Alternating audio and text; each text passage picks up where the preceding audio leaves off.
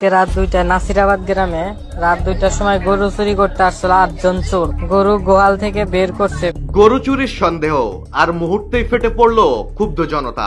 গাইবান্ধায় গভীর রাতে গণপিটুনিতে মারা গেছেন চোর সন্দিগ্ধ 3 জন। অভিযোগ, একটি বাড়ির গোয়াল ঘরের দেয়াল কেটে গরু চুরি করে পালাচ্ছিল একদল দুর্বৃত্ত। জনতার ধাওয়া খেয়ে পুকুরে ঝাঁপ দেন ওই 3 জন। তারপরেই ধরে গণপিটুনি, ঘটে ভয়াবহ পরিণতি। ঘটনাস্থলেই নির্মম মৃত্যু হয় 2 জনের, পরে হাসপাতালে মারা গেছে অপরজন। শনিবার গভীর রাতে কাটাবাড়ি ইউনিয়নের নাসিরাবাদ গ্রামে এ ভয়াবহ ঘটনা ঘটে।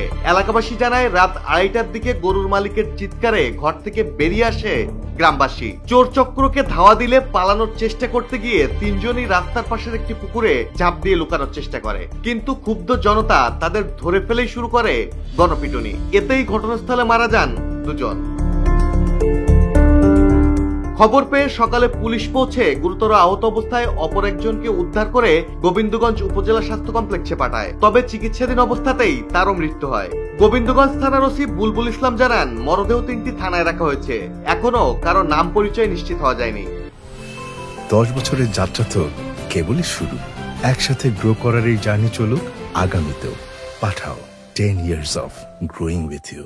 পুলিশের ধারণা, তারা বগুড়ার শিবগঞ্জ উপজেলার একটি সংঘবদ্ধ গরুচোর চক্রের সদস্য। তদন্ত শেষে নেওয়া হবে আইনগত ব্যবস্থা।